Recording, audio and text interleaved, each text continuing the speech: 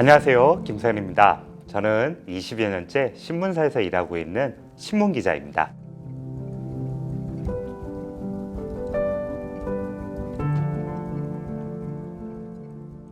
그 가운데 절반인 한 10년 정도는 문화부에서 주로 클래식 음악 분야를 담당하고 있습니다.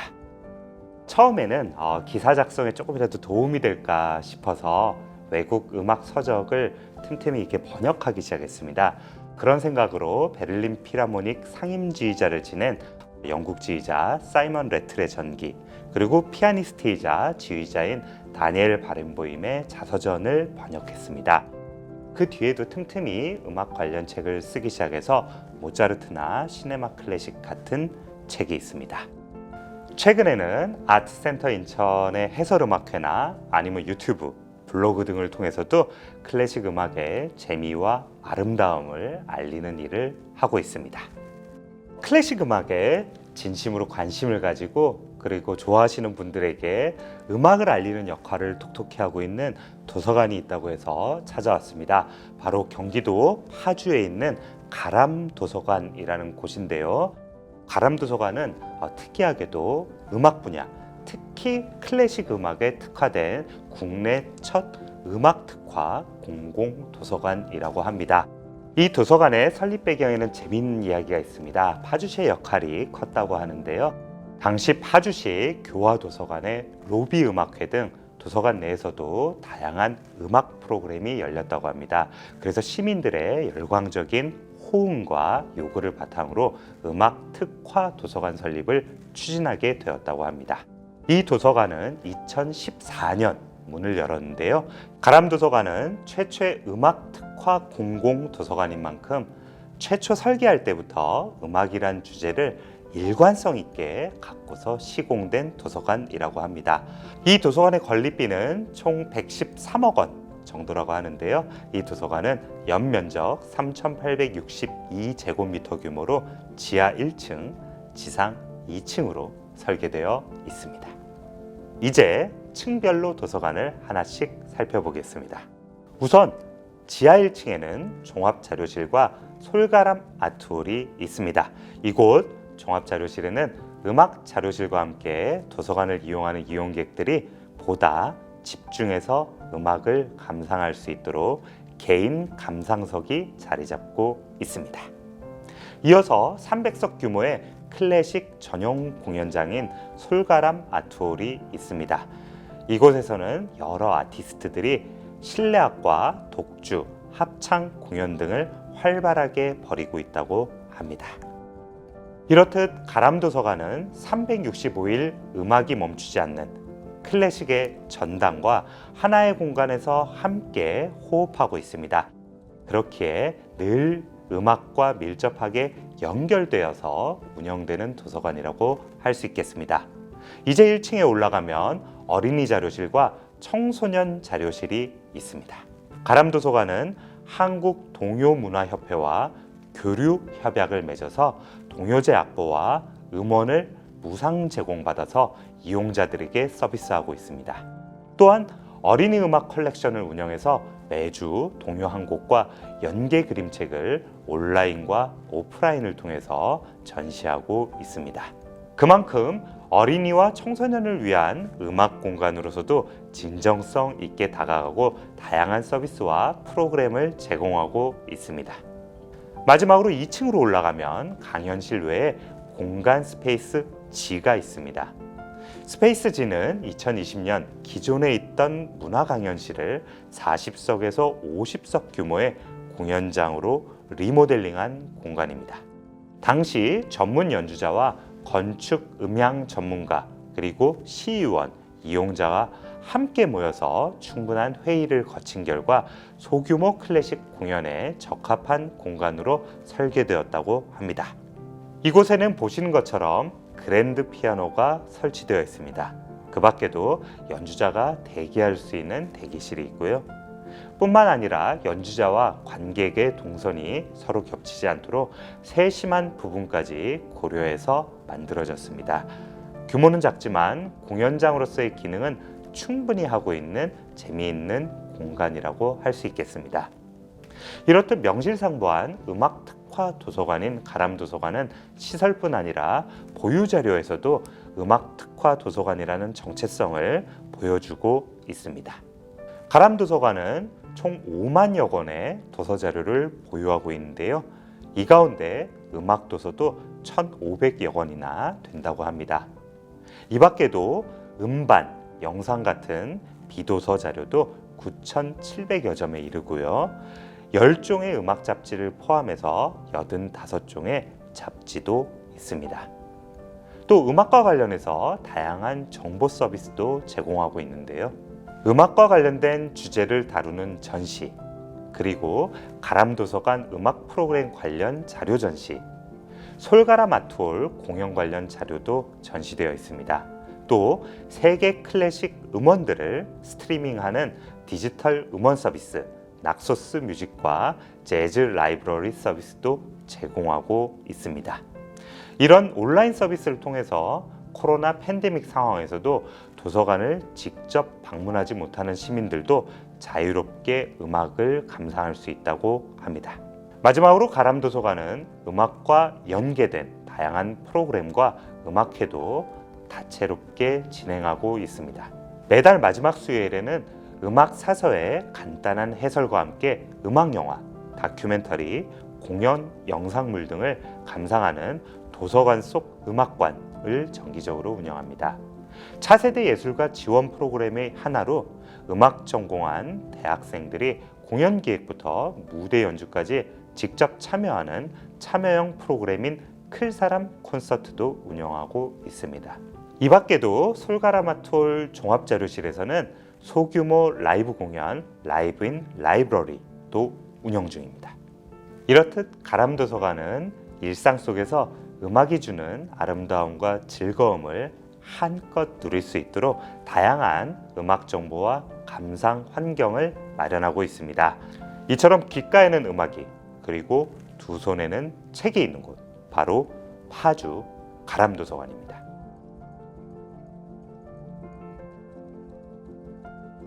여러분들은 도서관에 가서 책을 고르실 때 주로 어떤 장르의 책을 고르시나요? 어쩌면 편안하게 한숨에 읽을 수 있는 에세이도 있겠고요. 아니면 이야기의 즐거움을 만끽할 수 있는 소설도 있을 것 같습니다. 아마 대부분의 사람들이 음악은 귀로 듣지만 그것과 관련된 책은 낯설어하거나 어려워하시는 경우도 있는 것 같습니다. 뭐라고 할까요? 음악에 대한 서적이라고 하면 왠지 어렵고 딱딱하고 낯설어서 전공자들만 읽어야 한다고 생각하기도 쉽습니다. 하지만 결코 그렇지 않습니다. 음악도 결국은 우리 사는 사람들의 이야기이기 때문입니다. 오늘은 여러분들께 음악과 관련된 책 위주로 서적을 추천해 드릴까 합니다. 가장 먼저 추천해 드릴 책을 골랐는데요. 바로 영국 언론인 앨런 러스브리저가 쓴 다시 피아노라는 책입니다. 저자는 1953년생 영국 신문 가디언의 편집장입니다. 편집장으로 취임한 뒤 위키리크스의 외교 문건 보도, 그리고 전화도청 스캔들 특종 등 굵직한 사건들을 몸소 진두지휘했던 영국의 언론인입니다. 저자에게는 숨은 사연이 한 가지 더 있습니다. 바로 아마추어 피아니스트이자 클라리넷 연주자이기도 한데요. 그런 저자는 책에서 한 가지 간절한 소망을 털어놓습니다. 바로 사람들 앞에서 쇼팽의 발라드 1번을 공개 연주하고 싶다는 소망입니다. 어떻게 보면 그 목표는 단지 어렵다는 정도를 넘어서서 보는 사람에 따라서는 굉장히 무모하게 보일 수도 있는 도전이었죠. 더군다나 당시 그는 동일본 대지진, 그리고 위키리크스 사건, 아랍의 봄 사건 등 그야말로 전 세계에서 쏟아지는 사건, 사고를 소화하느라 매주 65시간에서 80시간씩까지 근무했다고 합니다. 그런 와중에도 하루 10분에서 20분씩 짬을 내서 틈틈이 쇼팽을 연습합니다. 연습을 해도 실력이 빠르게 늘진 않겠죠. 하지만 연습을 조금씩 시작하고 16개월 6개월 뒤에는 30명이 들어갈 수 있는 지역 클럽에서 드디어 쇼팽을 연주합니다. 이 책은 그 과정을 굉장히 생생하게 담아냈습니다. 그래서 어쩌면 험난한 산악 등정기나 마라톤 완주기만큼 굉장히 처절하면서도 진솔한 구절들로 가득합니다. 다시 피아노 이 책은 음악 서적이면서 동시에 언론 관련 책이기도 하고요. 그리고 한 사람이 도전하는 과정을 통해서 생생하게 무엇인가 이뤄내는 과정을 담은 넌픽션으로도 읽을 만한 아주 매력적인 책인 것 같습니다. 자, 두 번째 책을 골라봤습니다. 바로 이번에는 음악가가 쓴 이야기인데요. 에드워드 듀슨베리라는 연주가가 쓴 새로운 세대를 위한 베토벤이라는 책입니다. 이 책은 세계적인 실내악단인 타카치 사중주단의 바이올린 연주자 에드워드 듀슨베리가 베토벤의 현악 사중주를 연습하고 실제 연주하는 과정을 담은 책입니다. 우선 타카치 사중주단에 대한 간단한 설명이 필요할 것 같은데요. 1975년 헝가리 부다페스트의 리스트 음악원에 다니던 학생들이 결성한 실내악단입니다. 원년 멤버인 첼리스트 외에는 결성 이후 몇 차례 멤버 교체를 겪기도 했습니다. 최근에는 한국에서 유명한 한국계 미국 비올라 연주자 리처드 용재 오늘이 이 악단의 단원으로 합류했습니다. 그런데 이 악단에 헝가리인이 아닌 연주자로는 처음으로 합류한 멤버가 바로 이 책의 저자인 영국의 바이올린 연주자 에드워드 듀슨베리입니다. 어쩌면 이 실내악단이 창단할 당시부터 지금까지의 모습으로 변화하는 과정을 한복판에서 지켜본 산 증인이라고 할 수 있겠습니다. 실제로 이 책은 저자인 듀슨베리가 입단 오디션을 치르는 장면에서 출발합니다. 그 뒤에 상주 스튜디오가 있는 미국 콜로라도대에서 후배들을 지도하는 지금의 모습에서 끝이 납니다. 인간적으로 이 책에서 가장 애틋한 대목이 있었습니다. 원년 비올라 연주자였던 가보르 오르마이에 대해서 묘사한 구절인데요. 이 연주자는 암투병 끝에 세상을 떠났습니다.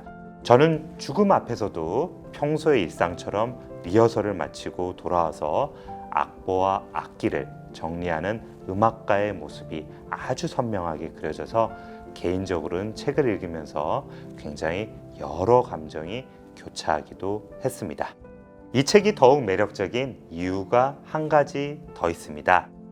연주자들의 보람과 애환을 들여다볼 수 있다는 점이고요. 또 하나는 과거와 현재가 끊임없이 교차하는 듯한 독특한 책의 구성에 있습니다. 한쪽에는 베토벤이 현악 사중주를 작곡할 당시의 문제의식과 작품의 특징들을 소개하고 있고요. 또 다른 한 축에는 타카치 사중주단이 전곡 녹음에 도전하는 현재의 과정이 담겨 있습니다. 녹음 과정과 실제 연주에 대한 차이처럼 굉장히 통찰력 넘치는 구절들이 많습니다. 현재 지금 우리가 살고 있는 세상에서 과거 베토벤의 고전을 대하는 예술가들이 쓸 수 있는 하나의 모범 사례를 보여주는 책인 것 같기도 합니다. 만약 이 책을 읽으신다면 이 현악사중주단이 녹음한 베토벤 현악사중주 음반을 일종의 사운드 트랙처럼 들으면서 읽으면 더욱 좋을 것 같습니다. 자, 세 번째 책을 소개해드릴 차례입니다. 바로 영국의 테너 이언 보스트리치가 쓴 슈베르트의 겨울 나그네라는 책입니다. 저자의 이력이 굉장히 독특한데요. 이언 보스트리치는 영국의 유명한 명문대죠. 옥스퍼드 대학과 케임브리지 대학에서 음악이 아니라 철학과 역사를 전공한 성악가입니다. 그런 그가 서정적이고 낭만적인 각오의 작곡가 슈베르트의 음악에 대해서 굉장히 다채롭게 다양하게 해석한 책이라고 할 수 있습니다. 뿐만 아니라 음악 일반에 대한 연주자의 생각을 아주 진솔하게 담아낸 책이기도 합니다. 이 책은 24곡으로 구성된 슈베르트의 연가곡에서 작곡가의 소외감, 그리고 성적인 정체성, 그리고 당시 풍미했던 감상주의, 그리고 피아노 반주, 당시 지독한 검열제도, 그리고 기후변화까지 한 곡 한 곡을 소개할 때마다 연관된 주제를 굉장히 다채롭게 살펴보고 있습니다. 이 책의 부제는 집념의 해부라고 하는데요. 어쩌면 이 책의 부제와 어울리는 책인 것 같습니다. 보통 슈베르트의 가곡이라면 우리는 낭만적이거나 감성적으로만 접근하기 쉽습니다. 하지만 저자는 이런 통념에 대해서도 아주 점잖고 조심스럽게 이의를 제기하고 있습니다. 이 책을 쭉 읽어 나가다 보면 왜 저자가 연주를 해석이라고 부르는지 자연스럽게 이해할 수 있을 것 같습니다. 이제 네 번째 책을 추천해 드릴 차례인데요. 제목이 독특합니다. 수용소와 음악이라고 하는데요. 여러분들은 수용소와 음악이란 제목을 들으면 어떤 이미지가 연상되시는지 궁금합니다. 저 개인적으로는 수용소는 죽음의 공간이고요. 그리고 그 음악은 삶의 표현 방식입니다. 이 죽음과 삶의 이미지가 서로 맞부딪히면서 격렬한 파열음을 내는 것 같기도 합니다. 이 책은 음악학자 이경분 선생님이 쓰신 책인데요. 실제로 1차 대전과 2차 대전 당시 삶과 죽음이 교차하는 공간인 수용소에서 울려 퍼졌던 음악들에 대해서 살펴본 책입니다. 당시 일본과 독일의 수용소에서 연주됐던 작품들을 통해서 삶과 죽음의 의미를 진지하게 되짚고 있는 음악 학술서라고 할 수 있겠습니다. 이경분 선생님은 20세기에서도 가장 암울한 시기인 2차 대전 시기의 예술이라는 주제에 대해서 천착하고 있는 음악학자입니다. 고교 독일어 선생님으로 근무하시다가 독일로 직접 유학을 떠나셔서 동문학과 음악학을 전공하신 굉장히 독특한 이력을 지니고 있는 학자입니다. 이번 책인 수용소와 음악 역시 망명음악, 나치음악, 그리고 프로파간다와 음악 같은 전작들의 연장선에 있는 책이라고 할 수 있겠습니다. 역사적인 설명을 잠시 드리자면 2차 대전 당시 나치는 지금의 체코 북부 지역인 테레진에 유태인 강제 수용소를 세웠습니다. 이 수용소에 갇혀있던 유대인 예술가들이 음악과 연극을 공연하기도 하고요. 강연과 낭독 등 다양한 문화 활동을 벌였습니다. 전쟁 말기인 1944년 나치는 국제 적십자 사찰단에게 이 수용소를 공개하면서 홍보 활동에 나서기도 했습니다. 당시 나치의 선전에 넘어간 국제 적십자 사찰단은 수용소의 상황에 대해서 긍정적으로 보고서를 제출했다고 합니다. 뿐만 아니라 비극적인 건 원래 다음 사찰 장소로 잡혀있던 아우슈비츠 방문을 포기했다고 합니다. 역사의 가정은 없죠. 하지만 만약에 혹시 사찰단이 죽음의 수용소인 아우슈비츠를 방문했다면 혹시 홀로코스트, 끔찍한 유대인 학살의 참상이 조금이라도 일찍 알려지는 계기가 될 수 있지 않았을까라는 안타까운 생각도 듭니다. 사실 수용소에서 예술가들이 문화활동을 할 수 있었다고 해서 이들의 삶이 행복했다는 의미는 아닐 겁니다. 어쩌면 반대라고 보는 편이 솔직할지도 모르겠습니다. 그 대표적인 인물이 아우슈비츠 수용소에서 아이들과 함께 세상을 떠나고 말았던 체코 출신의 유대인 동화 작가 일제 베버입니다. 일제 베버는 이 수용소에 있으면서 여러 노래들을 쓰기도 했는데요. 그 가운데 테레주엔 슈타트를 방황하다라는 노래가 지금도 유명합니다. 이 노래를 들을 적마다 저는 개인적으로 삶과 죽음의 의미에 대해서 다시 한번 곱씹게 됩니다. 삶과 죽음이 교차하는 수용소라는 공간에서 흘렀던 음악, 그 음악에 대해서 생각해 볼 수 있는 책이 되지 않을까 싶습니다.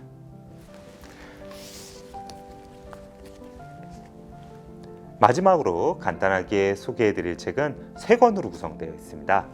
저자 메리 맥콜리프의 예술가들의 파리 시리즈입니다. 3부작인 이 책은 예술사를 전공한 저자 메리 맥콜리프가 20세기 초반 파리에서 활동한 예술가들의 모습을 하나의 파노라마처럼 그려낸 책입니다. 우리에게도 친숙한 피카소, 스트라빈스키, 샤넬, 같은 거장들이 얽히고 설키는 모습들을 한 권의 대하소설처럼 웅장하면서도 생생하게 담아내고 있습니다. 자, 여기까지가 제가 준비해드린 추천 서적들이었는데요. 어떠셨는지 궁금합니다. 제가 말씀드린 책들 중에 혹시 흥미가 들었던 책이 있으셨는지도 궁금합니다. 만일 이 책들이 더 궁금하시다면 귀한 시간을 아무쪼록 내셔서 도서관이나 아니면 가까운 서점으로 가시면 더할 나위 없이 즐거운 시간이 될 것 같습니다. 저도 오늘 여러분들께 제가 사랑하는 주제인 음악과 책, 그리고 여기 와 있는 파주 가람도서관에 대해서 말씀드릴 수 있어서 참으로 즐거웠습니다. 자, 이제 그럼 이만 인사드릴 시간입니다. 저는 클래식을 듣고 클래식에 대해서 말씀드리고 클래식에 대해서 쓰는 기자 김성현이었습니다. 감사합니다.